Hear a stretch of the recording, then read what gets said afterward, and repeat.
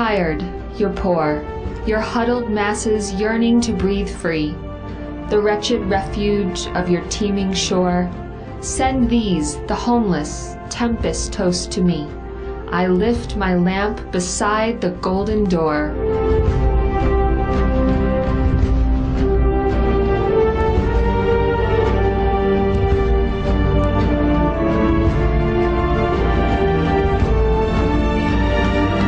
I am Lady Liberty, mother of exiles. I am a symbol of freedom and equality. And this is America.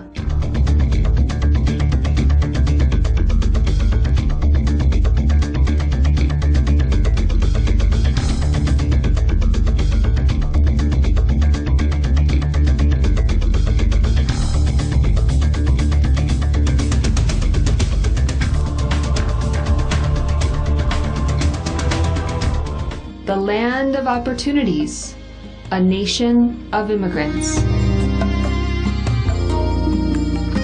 Your gender, your background, your ethnicity, your race, your nationality, that doesn't matter to us. Our nation is built on the diversity of all people coming together. I am an immigrant myself. The people of France gifted me to the American people over a century ago. There was several waves of migration. The first wave of migration post-1965 were the wave of professionals, doctors, lawyers, scientists. The people we work with are part of a second wave of South Asians who came post-1990 to work as cab drivers and domestic workers.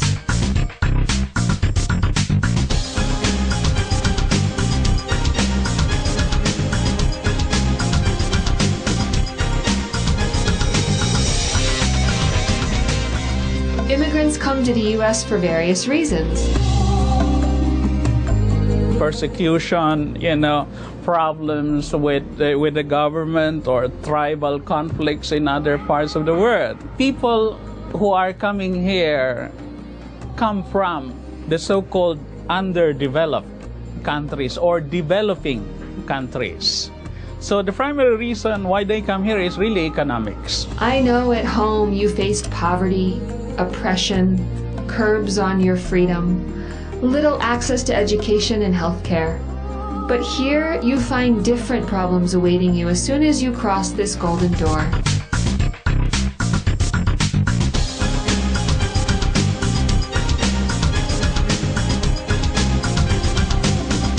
First of all, you hit the language barrier. This becomes a barrier to success.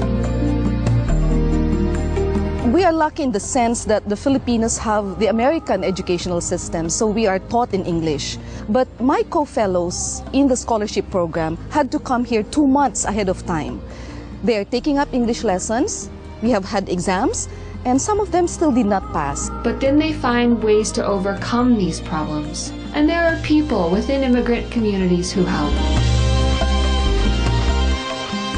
We organize South Asians, especially those driving cabs, working in restaurants, working as babysitters or street vendors, everything from immigration reform to schools and education issues, or very simple things like they need to learn English or learn computer skills so that they can try to get a job here. Then comes the cultural shock. Caring for the elderly, having time together in the dinner, having conversation, personal interaction, bonding.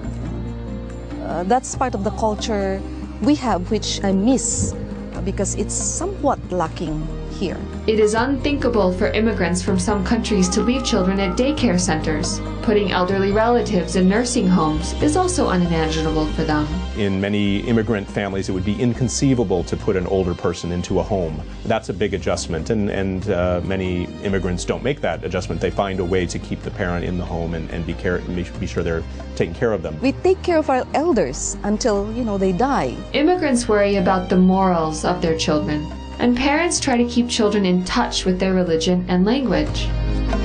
Like I speak Spanish all day to my kids, even though they answer to me in English.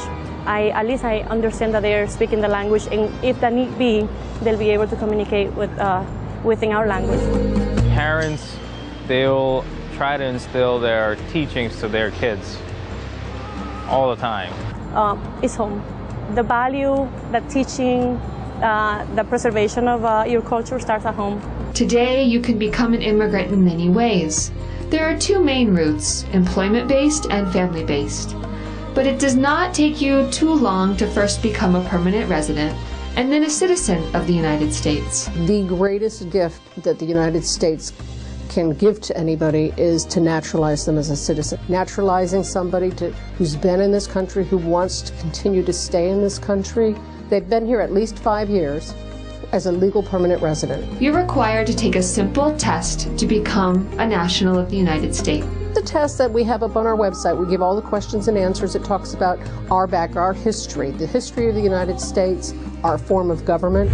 Okay. Can you raise your right hand, please? Do you swear or affirm the statements you're about to give will be the truth and only the truth? I swear. Do you support the Constitution and the form of government of the United States? Yes, I do. If the law says you have to, are you willing to bear arms for the United States? Yes, I am. If the law requires it, are you willing to perform non-combatant services in the armed forces? Yes. What is the highest court in the United States? The Supreme Court.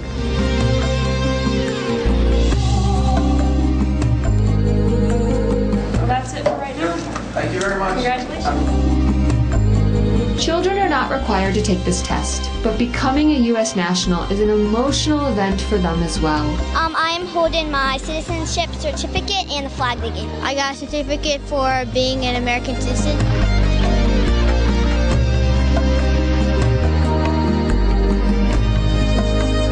I'm originally from Argentina. I feel good about this. I am very happy now. When people ask me where I'm from, I can say I'm from America right now. My future plan is to graduate from high school and then go to Harvard Law School and then just keep going. Maybe to be president or something else, or astronaut, or deep-sea underwater detective. Now you are a U.S. citizen. Wherever you come from, you melt into one or become American. The melting pot metaphor was in use by the 1780s. But after 1970, multiculturalists gave an alternative metaphor, that of a salad bowl. A melting pot or a salad bowl, the debate continues even today. Yes, I believe America is still a melting pot. We never melt completely and become one thing. The term melting pot is very curious because that means you give up your ancestry. We don't want people to give up their ancestry. Some of us have become migrants here.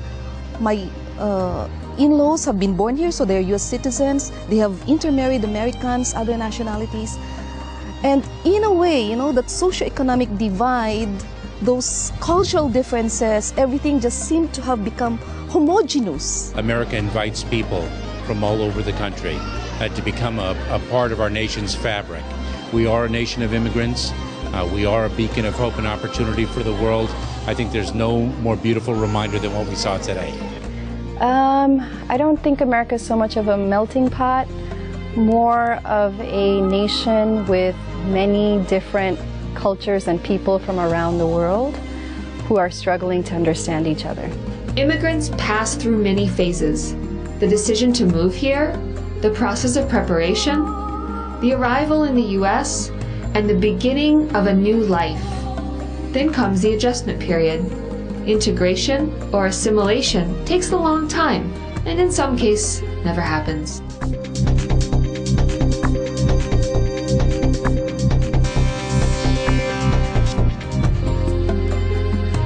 In U.S. history, any group of migrants that's come, the first generation, has lived in enclaves, immigrant enclaves, because that's your social network. Segregation is inevitable at the beginning until you, I'm not going to say open your eyes, but until you get comfortable. If you don't have access to other social networks, those are the people that will help you translate, get your kids into school, learn and adjust. I actually think those enclaves are ways that people assimilate into society so that they can learn how to be a part of society with people who've done it before, who speak their language. The Indians, from what I know, have always been a progressive people.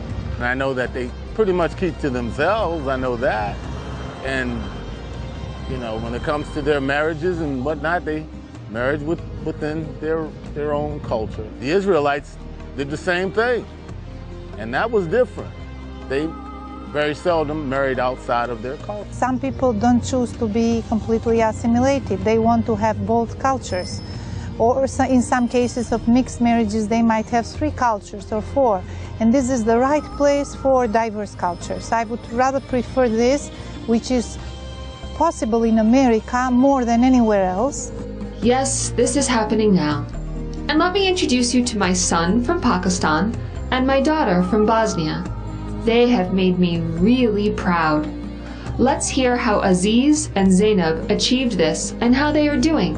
I was doing a documentary on Bosnian refugees who've been through the war, and there was a mutual contact that introduced us. After meeting her family for the first time, I proposed the next day.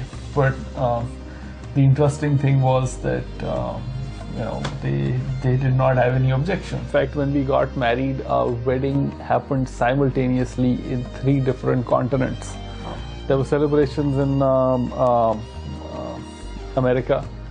Then at the same moment there were celebrations going on in Bosnia, and there were celebrations going on, and it was all like connected to the internet. So now we are planning to sort of go back to Pakistan so that people could actually see us face to face. Our nikah was done in a mosque, and it was a Lebanese imam who conducted the ceremony, and there were American Muslims, a lot of them were converts. And once that was done, then we went to Key Largo, and there she tried diving. Then she sort of swam with the dolphins. And so this is something that would not have been possible, not just in Pakistan, but other than America, there are very few countries that can give you that experience. Well, yeah, it accepts diversity. There's people from different beliefs, different backgrounds, different cultures, and that's one great thing about America. When I was getting married to Aziz, a lot of my American friends, even actually Bosnian friends, some of my Bosnian friends, they were saying not to get married to a Pakistani because, he will cover me up in a burqa or hijab. And they were saying, they beat their women, be careful. Do I beat you? Of course not. My perception about vast majority of Pakistanis, very humble people, very sweet people, men and women. And no, he did not cover me up. Yeah, I don't wear a hijab or a burqa, nor does he abuse me.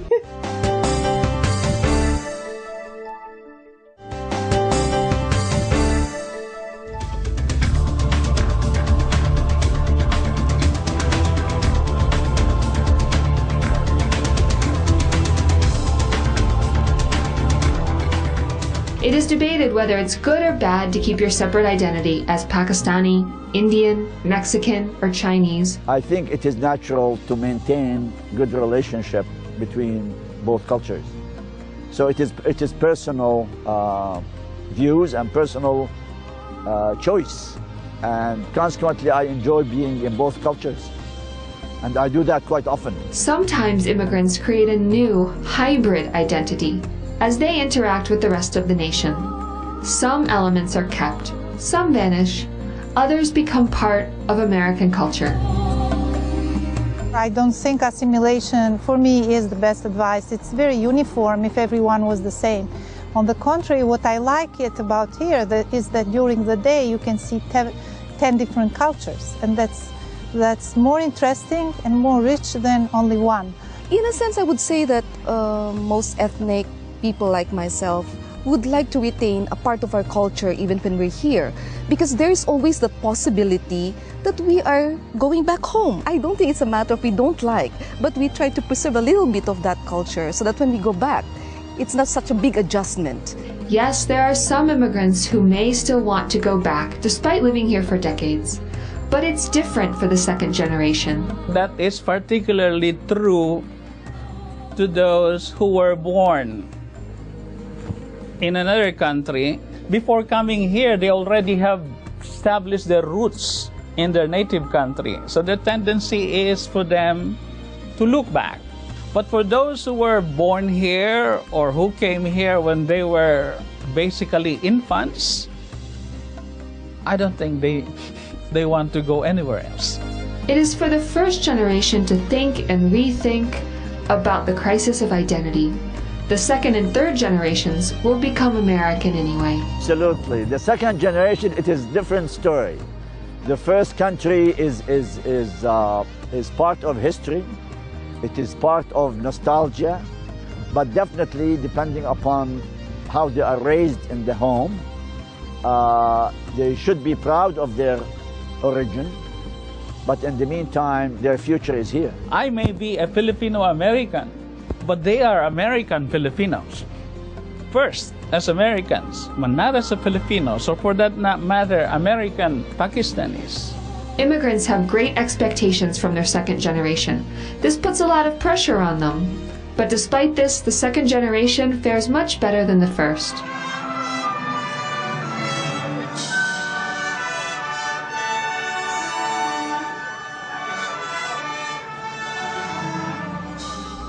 Many times, while the first generation of immigrants isn't really able to move up the economic ladder, their children are in many cases, because they're getting a good education and they can go out and get better jobs than their parents could have gotten. Children get caught between the two worlds. Parents and the life out there, they feel like cultural suspects.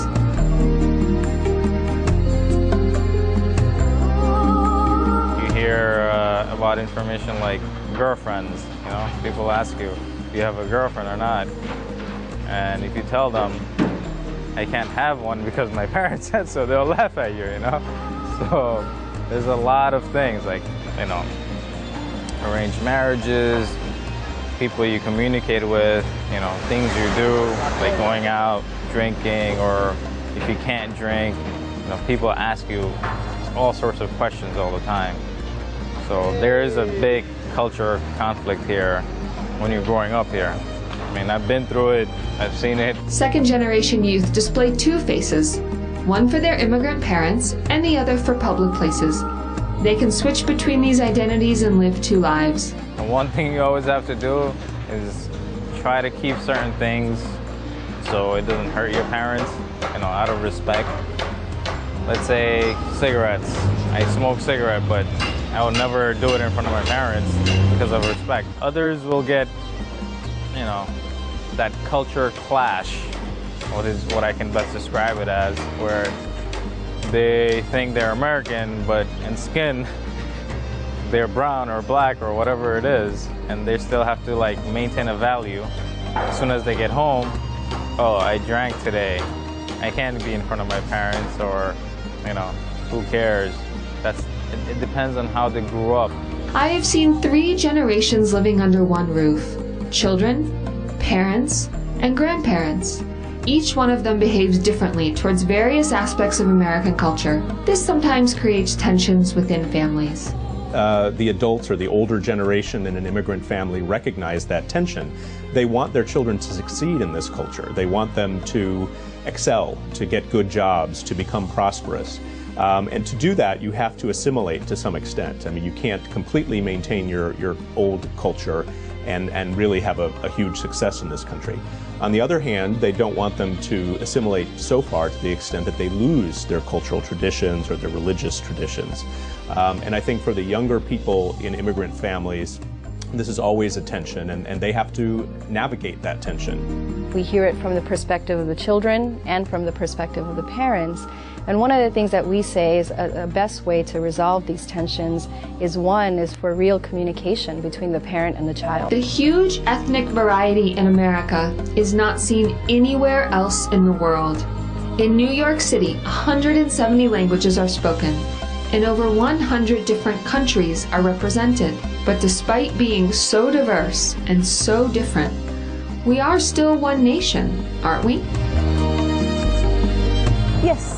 I mean, being a New Yorker, living in New York City, it has its plus. I've been talking about the negative things, but it has its plus. You do meet people from all over the world. You realize that your culture is different than mine, than his, but at the end of the day, we all the same. We all equal. We all have the same goals.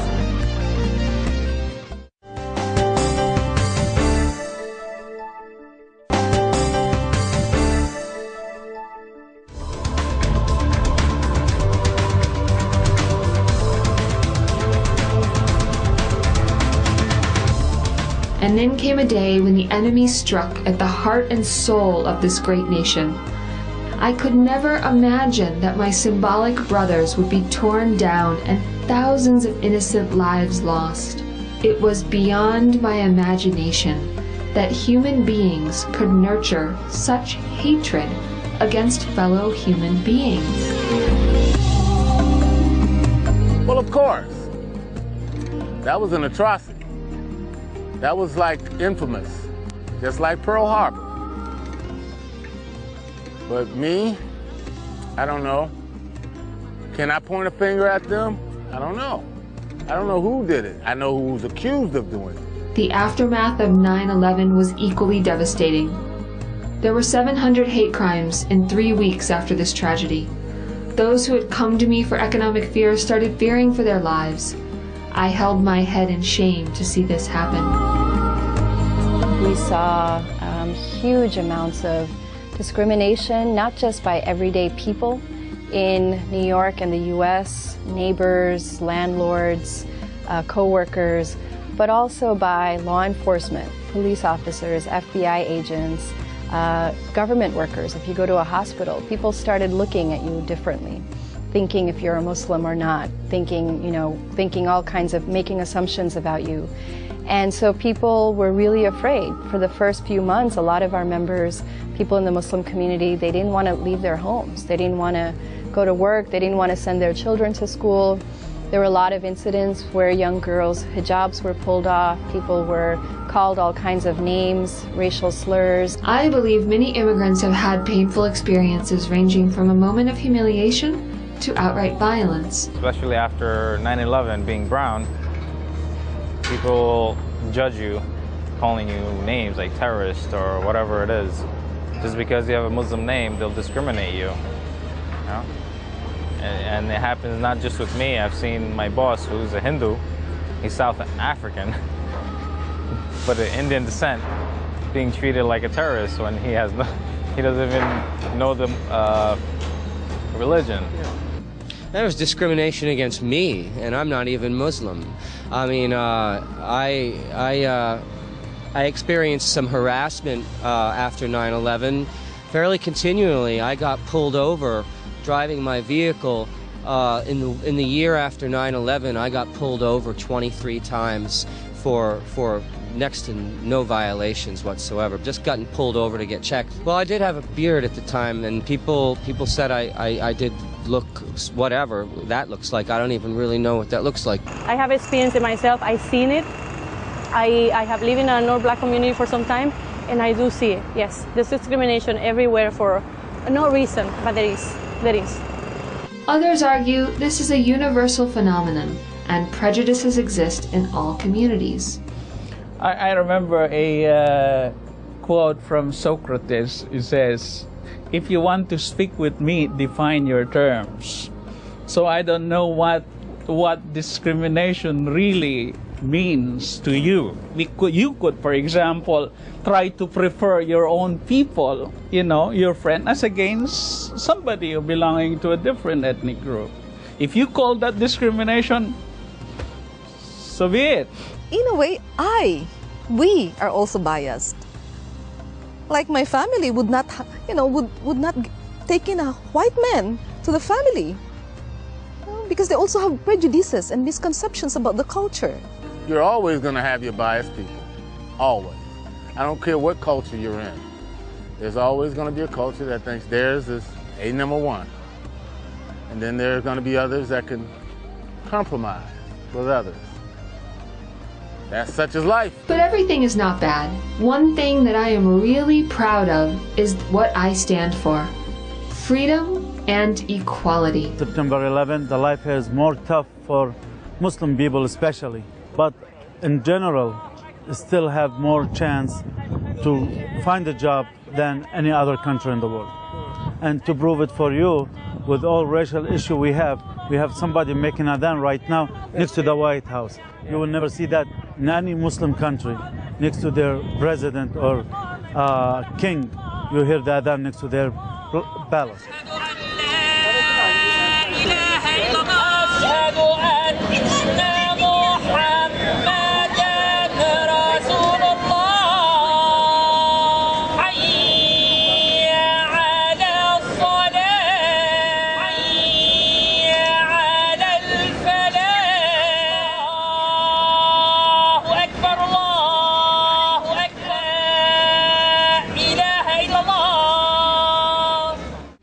Yes, that's what I promised you when you came to me.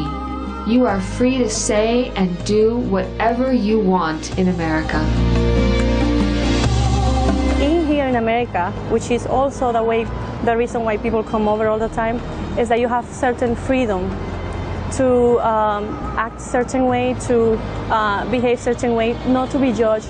So you know, you don't care about what your neighbor do, as long as what he's doing doesn't affect you and your family or harm anyone. Individualism, independence, you know, you are not can speak out your mind and no one will criticize you, you can dress up any way you want. Like, there's more freedom in a sense. I would say it's more liberating.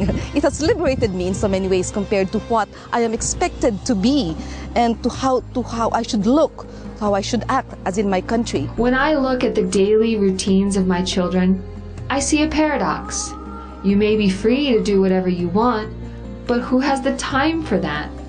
Time is really precious, and it rules everyone's life.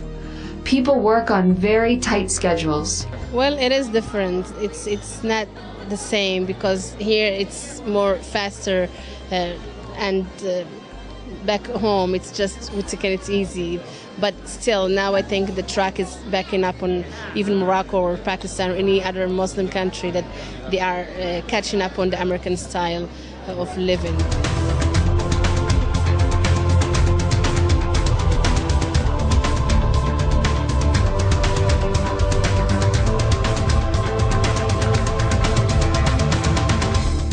You have to make appointments to see even very close friends.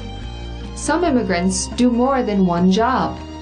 Students work after school at grocery stores or bookstores, libraries, or fast food outlets.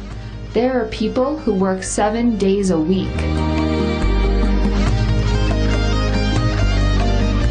Yes, I think one aspect of the culture in America is that it's very fast-paced. Everybody seems so busy. Sometimes I feel like there's no time to relax, you know, to just sit back, be laid back, socialize with friends. You know, it's like a luxury. And this is common, you know, resting, sleeping, just enjoying, relaxing is a part of our culture. But here it seems to be a luxury. But certainly there are people among you who are managing things well. Actually, it is a question of time management. I teach, I entertain my family, I participate in the political process, I volunteer, I attend functions, I speak about my views, I speak about my religion, I practice my religion, and I can do all of the above. So it depends upon the individual. But it's very easy to say, well, gee, we are busy and we are occupied, and consequently we don't think outside the box. So it depends upon the individual. I never said it will be all milk and honey. I only promised a decent living. Some of you thought dollar bills grow on trees here. People in my country think I'm enjoying life here. I'm living in a lap of luxury, and they ask you, to give money, to send money back home, as if you just pick it out from trees, or they're falling everywhere. And they get frustrated because they say they just don't know that for every penny, every dollar I earn, it's like back-breaking labor. It's really a hard work. Wherever you go, if you want to support yourself, to improve yourself, you really have to work. Some of them had unrealistic expectations. A quote from one of the immigrants put up on a wall at Ellis Island Museum explains this. I came to America because I heard that streets here were paved with gold. When I came, I learned 3 things. First, streets in America are not paved with gold. Second, streets in America are not paved at all. Third, I am expected to pave them. Definitely that is a misconception. I think that misconception prevails in many other developing countries. Well, actually it is not a myth. But the fact of the matter is that you cannot go and walk the streets of America and find gold. So you have to work for it. Consequently, you have to earn it. And what is interesting is that the employment opportunities are available for the people who have the proper qualifications to do a certain job. The standard of living in the U.S. is high, and this misleads many newcomers. They think that Americans live in leisure. There's not much distinction that you can see in terms of socioeconomic status because everybody can afford cars, a home, some education. So in my country, the socioeconomic status is so glaringly blatant or obvious, but here it's more like everyone is probably more equal that's the way I perceive it. Americans can't enjoy the luxury that middle-class South Asians can afford. No servants, driver, or cook. You've got to do everything yourself. Whatever you earn goes back into circulation in taxes, rent, fares, and utility bills. Between 20 to 25% for housing, and probably 10-15% for food, and probably 10% for your insurance premiums, and probably another 5-7% for your car maintenance, and so on and so forth. Don't be amazed to hear that poverty exists in the U.S. as well. Actually, there was a report to indicate that more than 20% of people are below the poverty level. We have a lot of poverty in this country. Immigrants as a whole are among the lower classes in the United States. According to Citibank statistics, the top 1% of the population owns 95% of the wealth in this country, and the bottom 99% owns the other 5% of the wealth.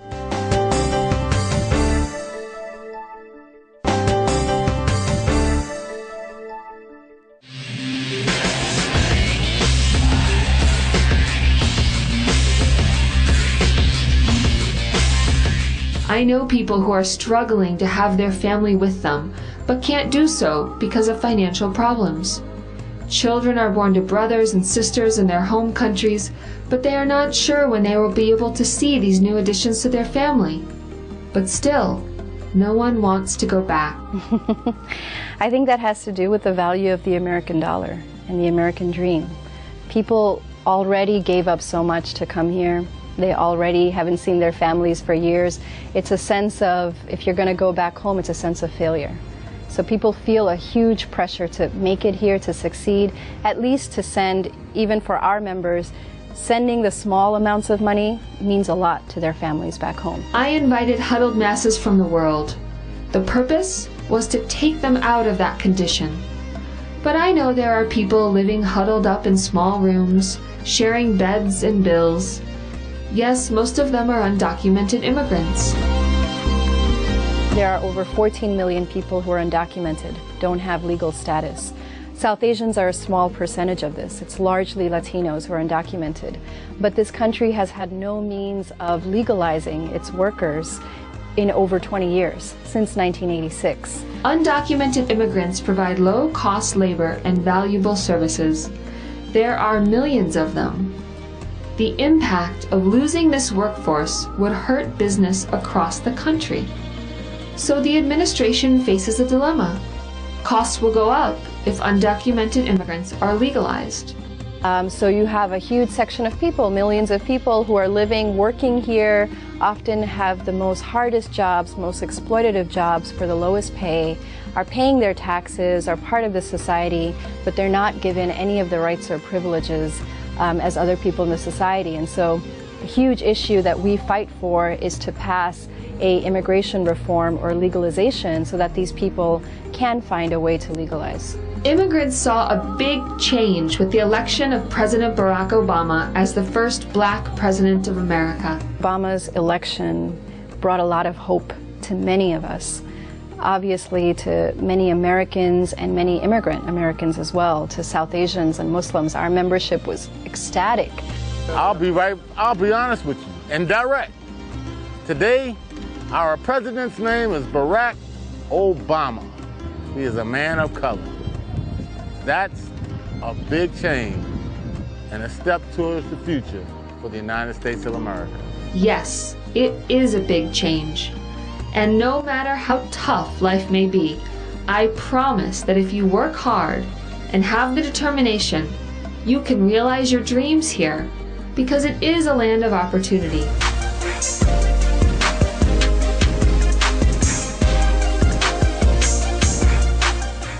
If you are one of the few fortunate that like to work hard and I'm not afraid of challenges, this country is awesome. So opportunities here are sometimes better, which does not mean that it's easy, but at least there is an opportunity. There are countries when you don't have an opportunity at all. As long as you are willing to work hard, as long as you are willing to face the challenge everyday life offers you everywhere, no matter where you are going to succeed. Look at me, I'm a homeless guy pretty much. I don't have a store, I don't have a home, but some of them do. But that's okay. They excelled, they moved forward, they went on. They brought their hope from where they were right here to this country, and a new future was born. Many changes have occurred after hundreds of years of immigration to the United States. But whatever the circumstances, it is still a favored destination for immigrants from every nook and corner of the world. That's the reason so many people come, because they can still make a lot more money here than they can in their own countries. Maybe the only country in the world right now it's open up for everybody to get opportunity, to get education, to get work, and to have a life sources for your family. Still, but not like it used to be, but still number one. I think with the relative wealth and lifestyle in America, of course, people from around the world are going to want to come here. If you see the waiting period for visas availability, that would tell you that for many, many people, the United States, America is still the place to go. Sure, it's still a free country. If you can't make it anywhere on this God's green marble, you should be able to make it here in the United States of America. I would like potential immigrants to listen to some advice from those who are already here. What to keep in mind before coming here, and how to conduct yourselves and live comfortably. Come here, have an understanding that this is not an easy place to succeed at all, especially if you're not coming from already having some privilege from your family or access to income and education. It's always good to have a skill, to educate yourself in either one thing or another, because at some point when you come to this country, this is what you're going to try and focus on, and this is what's going to help you make a living. Try to talk to your parents, or for the parents to talk to their kids every day, asking them about what happened in school or what happened outside. Because as a kid, I was ashamed to tell my parents somebody tried to pick on me because I wore the same clothes 5 days straight, Come here with an understanding that if this is going to be your home, then we as South Asians in the U.S. must also fight and work to improve this new home.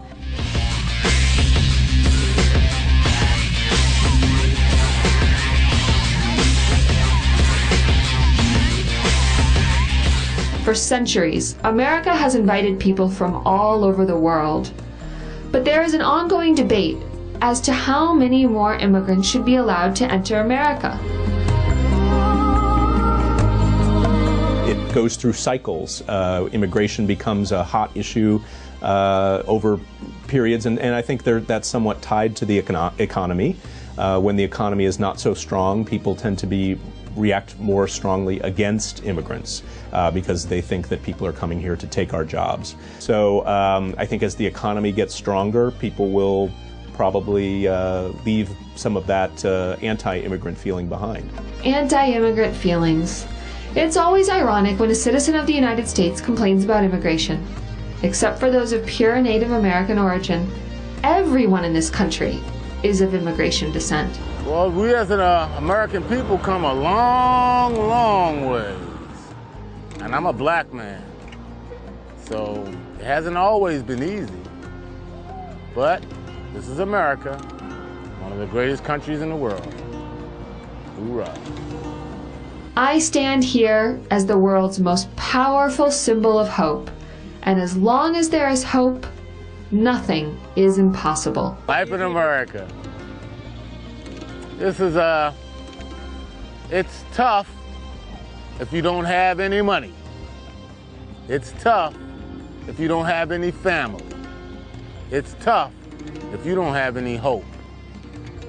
But it's easy if you have hope. And hope is one of the most things you need, more than anything else, more than family, more than money. You have to have hope. I have hope. Here in America, we don't lean on, okay, everything is bad, you know, because bad comes to everybody. You just have to keep some faith, keep some hope, and look for a better day tomorrow. There's hope in America, and there's hope for America. Amazing grace, how sweet the sound that saved a wretch like me. I once was lost, but now I'm found. I was blind, but now I see.